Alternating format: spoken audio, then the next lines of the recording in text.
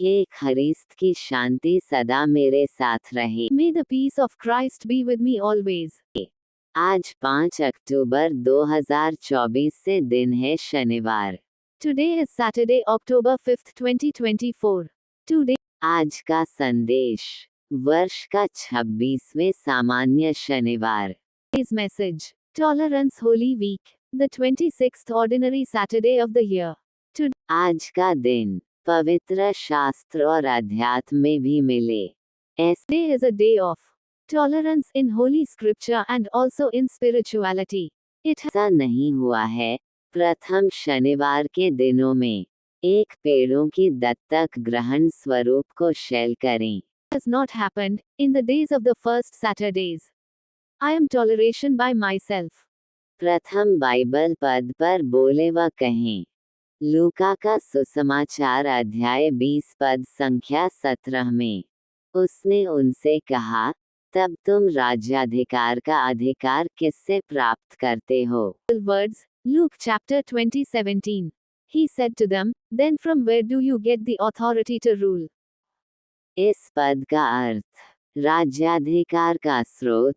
यीशु यहाँ पूछ रहे हैं कि रोमन अधिकारी अपने शासन का अधिकार किससे प्राप्त करते हैं। वे क्या मानते हैं कि उन्हें शासन करने का अधिकार देता है? दाऊद का वंशावली। इस पद के आगे के संदर्भ में यीशु राजा दाऊद के वंशावली का उल्लेख करते हैं और ये बताते हैं कि परमेश्वर ने दाऊद के वंश के माध्यम से इस्राएल पर शासन करने का वादा किया था। रोमन अधिकारियों की चुनौती। यीशु यहाँ रोमन अधिकारियों को चुनौती दे रहे हैं कि वे अपने शासन के अधिकार का दावा कैसे करते हैं, जबकि परमेश्वर ने इस्राएल पर शासन करने के लिए दाऊद के वंश को चुना था। Meaning of this verse. Source of authority. Jesus is asking here from where the Roman officials get their right to rule. What do they believe gives them the right to rule? Davidian genealogy. In the context of this verse, Jesus mentions the genealogy of King David and explains that God promised to rule Israel through David's descendants. Challenge to the Roman authorities. Jesus is challenging the Roman authorities here as to how they claim their right to rule when God had chosen David's descendants to rule Israel.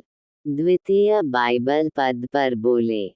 मरकुस का सुसमाचार अध्याय 11 पद संख्या 9 से 10 में और जो उसके आगे आगे जाते थे और पीछे पीछे चले आते थे, पुकार पुकार कर कहते जाते थे कि होशाना, धन्य है वो जो प्रभु के नाम से आता है।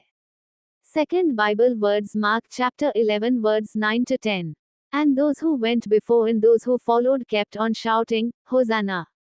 Blessed is he who comes in the name of the Lord. Hosanna, this is a Hebrew word that means, save him, we pray. It was a way of accepting Jesus as the Messiah and expecting salvation from him. Blessed Hoshana, यह एक इब्रानी शब्द है जिसका अर्थ है, हम विनती करते हैं, इसे बचा ले। ये यीशु को मसीहा के रूप में स्वीकार करने और उनसे मुक्ति की आशा लगाने का एक तरीका था। धन्य है वह जो प्रभु के नाम से आता है। Blessed is he who comes in the name of the Lord. This is taken from Psalm 118:26 and is a prophecy of the coming of the Messiah. The people were praising Jesus as the King of Israel. The kingdom of our father David is coming. Blessed be, Hosanna in the highest. The kingdom of our father David is coming. People believed Jesus to be a descendant of David and the new king of Israel. ये भजन संहिता 118:26 से लिया गया है और यह मसीहा के आगमन की भविष्यवाणी है। लोग यीशु को इस्राएल का राजा मानकर उनकी स्तुति कर रहे थे। हमारे पिता दाऊद का राज्य जो आ रहा है, धन्य है, आकाश में होशाना। हमारे पिता दाऊद का राज्य जो आ रहा है। लोग यीशु को दाऊद के वंशज और इस्राएल का नया राजा मानते हैं। वे दाऊद के राज्य के पुनरुत्थान की आशा कर रहे थे।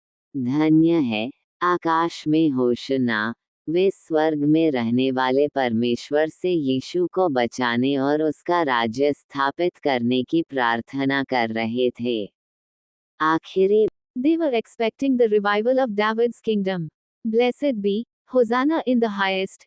They were praying to God in heaven to save Jesus and establish his kingdom.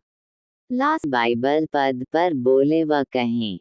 मनुष्य के मन में बहुत सी कल्पनाएं होती हैं, परंतु जो युक्ति यहोवा करता है वही स्थिर रहती है।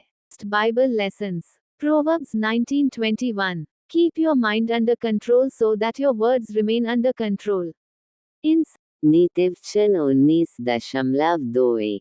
संक्षेप में, नीतिवचन शाम के 7:21 हमें सिखाता है कि हम अपने विचारों और भावनाओं को नियंत्रित करने में सक्षम हैं। ये पद हमें summary. Proverbs 19:21 teaches us that we are able to control our thoughts and feelings. This बताता है कि हमारे विचारों को नियंत्रित करना महत्वपूर्ण है क्योंकि वे हमारे जीवन को प्रभावित करते हैं। verse tells us that it is important to control our thoughts because they affect our lives.